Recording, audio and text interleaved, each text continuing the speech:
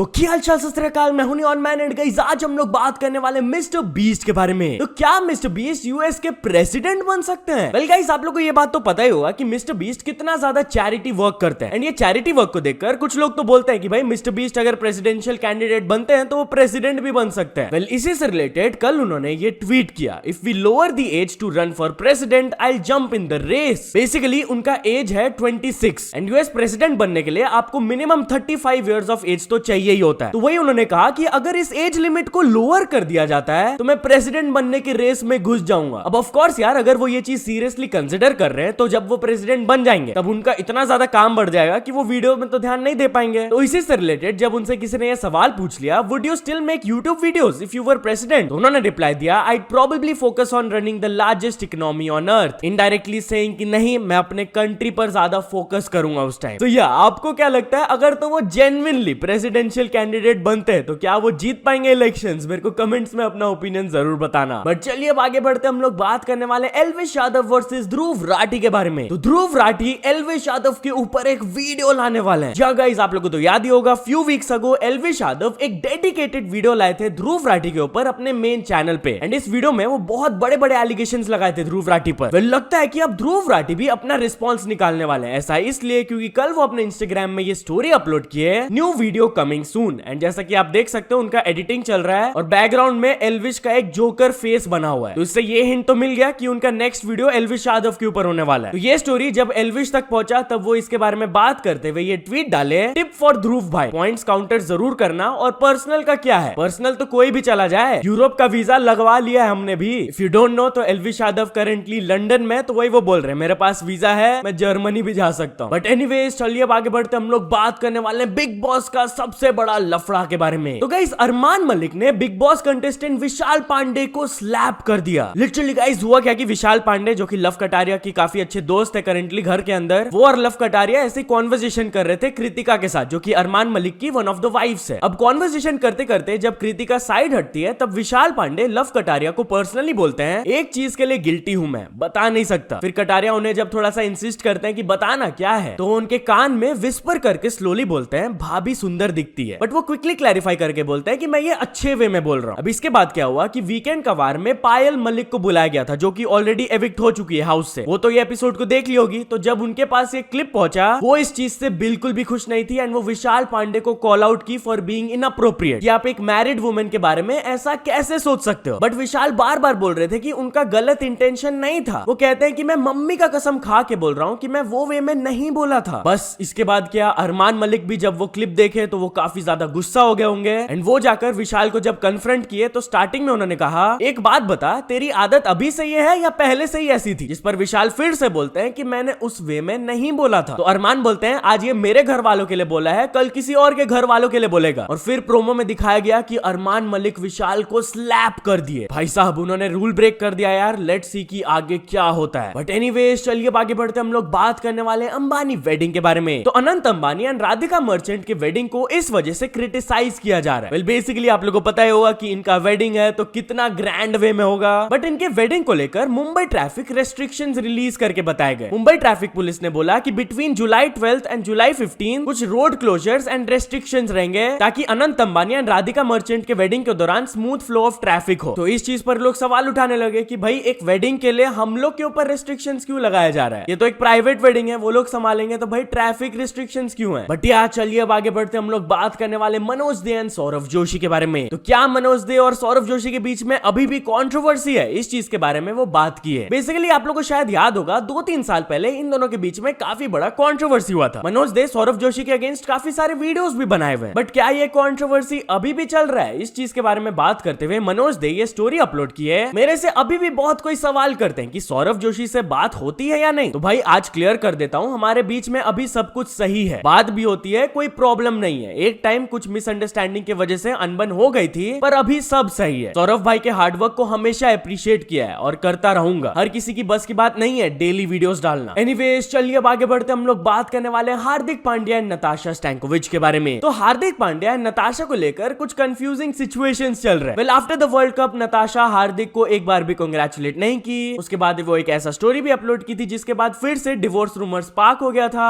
But अब क्या हुआ कि हार्दिक के भाई कृणाल उनके लिए एक डेडिकेटेड पोस्ट किए थे इंस्टाग्राम में उनको अप्रिशिएट करते हुए कि हार्दिक कितने अच्छे हैं एंड कितने बढ़िया प्लेयर है। वेल गेस व्हाट, नताशा ये पोस्ट को लाइक की तो लोग कंफ्यूज हो गए कि क्या सिचुएशन है। बट इसके बाद लोग और भी ज्यादा कंफ्यूज हो गए क्योंकि वो एक स्टोरी अपलोड की जहां पर basically she was talking about कि कैसे गॉड हम लोग के लाइफ से प्रॉब्लम्स हटाते नहीं है but he makes a way through it, मतलब कि वो हमेशा सपोर्ट करते रहते हैं हम लोग को। तो वो किस प्रॉब्लम के बारे में बात कर रही है यार, लोग फिर से कंफ्यूज हो गए। बट एनीवेज चलिए आगे बढ़ते हम लोग बात करने वाले जॉन सीना के बारे में। तो the WWE legend John Cena ने अपना रिटायरमेंट अनाउंस कर दिया है। जहां गाइस लगता है 2024 को रिटायरमेंट ईयर अनाउंस कर देना चाहिए क्योंकि आफ्टर रोहित शर्मा, विराट कोहली, रविंद्र जडेजा, अब WWE के लेजेंड जॉन सीना भी अपना रिटायरमेंट अनाउंस कर दिया। उन्होंने कहा कि उनका लास्ट इवेंट रहेगा रेसलमेनिया 41 2025 में एंड उसके बाद वो वापस WWE में नहीं दिखेंगे। तो चलिए अब आगे बढ़ते हम लोग बात करने वाले फराह खान के बारे में। तो क्या फराह खान एक प्रोड्यूसर एंड एक स्टार किड को एक्सपोज कर दी? वेल बेसिकली 2014 में उन्होंने एक मूवी बनाया था हैप्पी न्यू ईयर जिसमें कि शाहरुख खान भी थे, आप लोग को शायद याद होगा। वेल इसी मूवी से रिलेटेड उन्होंने एक इन्फॉर्मेशन रिवील करके बताया कि एक प्रोड्यूसर है वो अपने बच्चे को इस मूवी में कास्ट करने के लिए फराह खान को 10 करोड़ का ऑफर दिए थे। लिटरली गाइस वो ये सुनकर थोड़ा सा हैरान हो गई थी एंड उन्होंने कहा कि I will never do this, मैं इस फिल्म को इनजस्टिस नहीं कर पाऊंगी। एंड अगर तो शाहरुख खान को पता चल गया कि मैंने किसी को कास्ट करने के लिए 10 करोड़ लिया है तो वो क्या सोचेंगे मेरे बारे में? Never, I will never do that. तो चलिए अब आगे बढ़ते हम लोग बात करने वाले रील गॉन रॉन्ग के बारे में। तो गाइस कल से ये वाला क्लिप काफी ज्यादा वायरल जा रहा है जहां पर बेसिकली आप लोग देख सकते हो कि दो लोग बाइक चला रहे होते हैं हाईवे में एंड पता नहीं क्यों यार वो रील के लिए ऐसे पोज कर रहे होते हैं, स्माइल कर रहे होते हैं एंड आगे चलाने वाला भी कंटिन्यूअसली भाई फोन में ही देखा जा रहा है। वेल यही केयरलेसनेस की वजह से उन लोगों का एक्सीडेंट हो गया एंड बताया जा रहा है कि एक पर्सन तो सर्वाइव ही नहीं कर पाए एंड दूसरे पर्सन का बहुत ही मेजर ट्रीटमेंट चल रहा है। पता नहीं यार लोग अपने लाइफ को इंपॉर्टेंस देना कब स्टार्ट करेंगे। बट चलिए अब आगे बढ़ते हम लोग बात करने वाले एक बॉयफ्रेंड एंड गर्लफ्रेंड के बहुत ही वियर्ड स्टोरी के बारे में। तो गाइस बेंगलुरु से ये वाला स्टोरी आ रहा है जहां पर बेसिकली एक गर्लफ्रेंड ने fake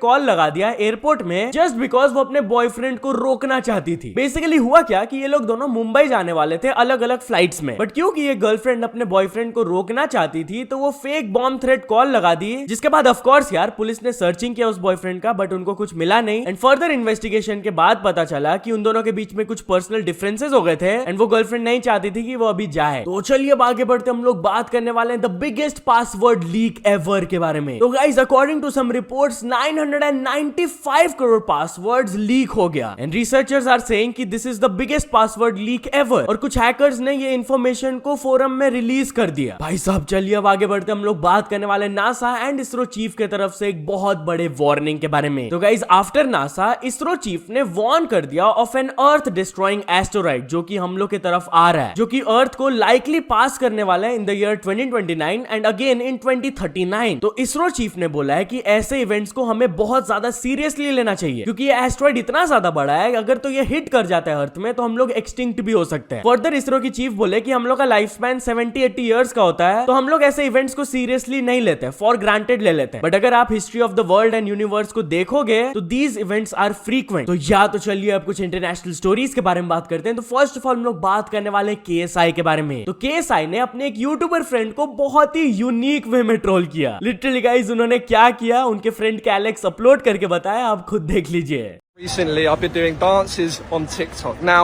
KSI dropped me a message earlier and said head down to Foot Asylum on Oxford Street because I have a surprise for you. This was the surprise.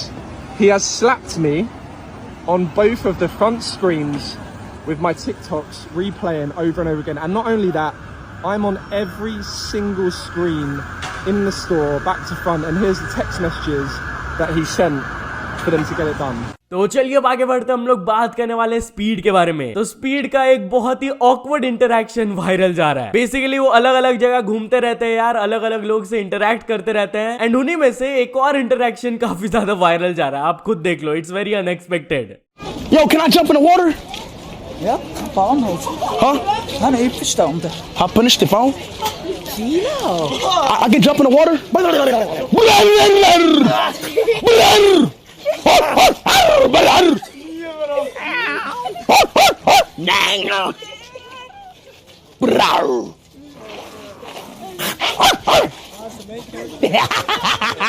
सो या तो चल दोस्तों, आज की वीडियो के लिए बस इतना ही। अगर आपको ये वीडियो थोड़ा सा भी पसंद आया हो तो लाइक कर देना। चैनल को अभी तक सब्सक्राइब नहीं किए हो तो जल्दी से जल्दी सब्सक्राइब भी कर लेना। न्यूज सबमिशन का लिंक डिस्क्रिप्शन में, वहां से जाके आप कुछ न्यूज भेजोगे तो आपको क्रेडिट्स भी मिल सकता है मेरे डिस्क्रिप्शन में। सो ऐसे सपोर्ट करते रहना। मिलते हैं नेक्स्ट वीडियो में। Till then bye bye.